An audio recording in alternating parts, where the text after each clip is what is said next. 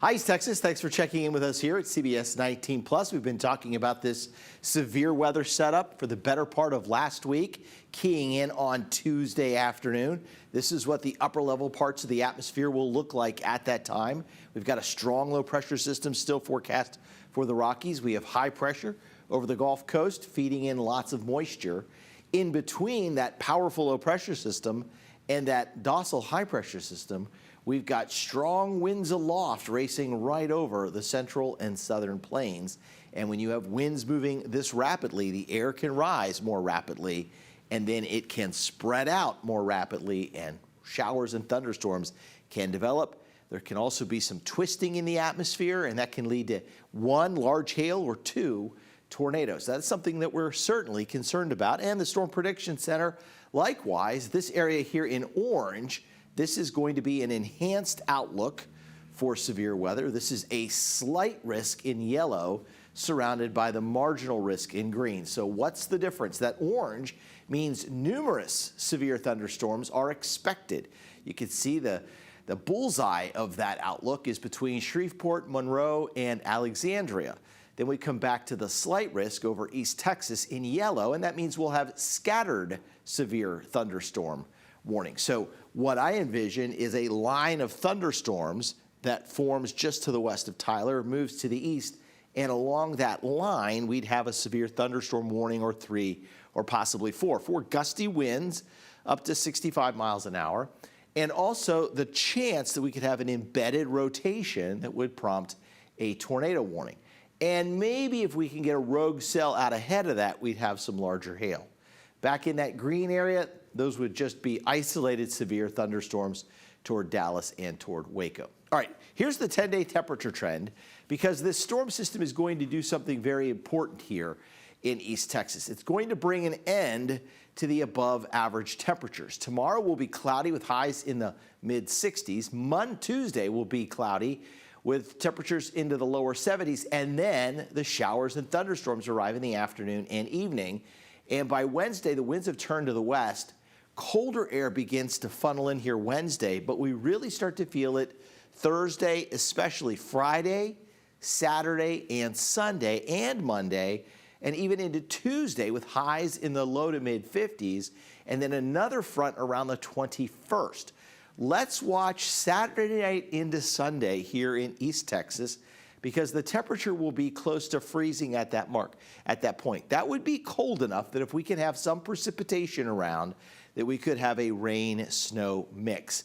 The data is kind of waffling on this. It's going back and forth, but when I look at the long-range repeating cycle, we had a storm come through back in October that produced some rain, and it was a lot of rain, and then colder air behind it. So there is a possibility here, if this storm is just a little farther to the south and a little stronger, we could see a few snowflakes, wet snowflakes mixing in here, and perhaps on the 21st with that next front, that next storm system that comes in about 4 days later. We had that again October and then at the beginning of November, if you'll remember. All right, so rain chances then for Monday, 20% chance. Tuesday, though, it's a 90% chance.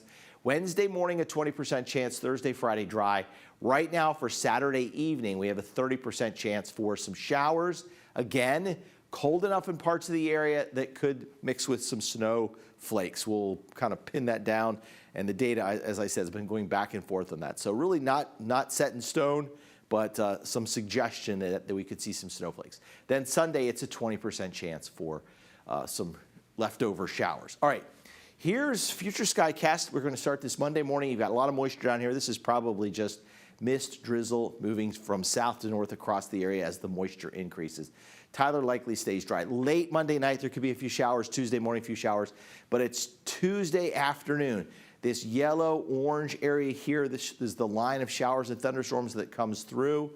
Again, scattered to numerous severe thunderstorm warnings, especially once we get into the Arklamas and into eastern parts of Arkansas.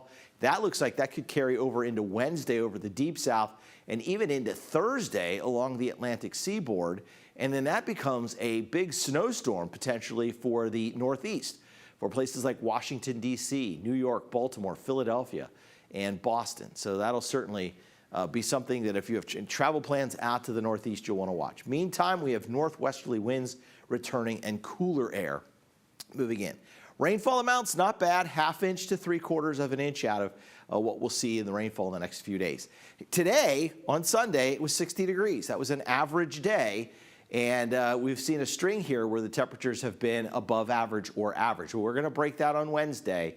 But until then, a couple more days where the temperatures are above average. As for rainfall reports for December, on Saturday, we picked up about 1/2 inch in Tyler, 1/2 inch in Longview, 1/4 of an inch, first rain of December in Lufkin. And the rainfall amounts for the year are running 8.5 to about a foot below average. All right, Monday, hour by hour, southeast winds 5 to 15 miles an hour, becoming breezy in the afternoon, staying cloudy all day. Kind of a cool to mild day with temperatures in the mid-50s in the morning, warming to the mid-60s by the afternoon. A little bit above average once again, just about a 20% chance of rain, and I think that is going to be it for Monday. All right, high temperatures. Let's go through the counties. We'll go up to Camp County. We'll also go to Morris or Franklin, Titus, and Morris County with high temperatures right around 59 degrees, for instance, at Mount Pleasant. Over toward Bowie and Cass County, temperatures are going to be in the upper 50s. Marion and Harrison counties over toward Jefferson and Marshall, mid-60s. Coming westward toward Longview, 65 degrees. We're headed up to Upshur, Wood County, about 61 to 63 degrees. Smith County and Tyler, 65. Cherokee County, Jacksonville, 65 degrees. Rusk County and Henderson, 66.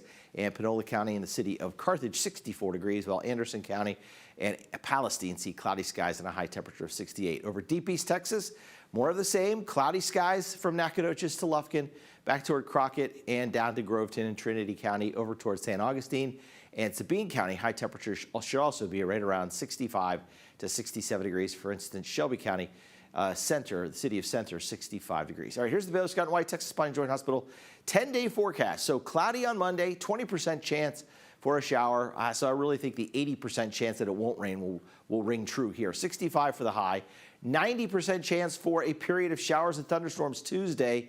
Morning lows in the low 60s, daytime highs make it into the low 70s ahead of that front. Then it begins starting to turn cooler Wednesday as the skies clear. 62 Wednesday, much cooler Thursday, 57. Frosty morning Friday, 35. And look at your Friday high, just 48 degrees.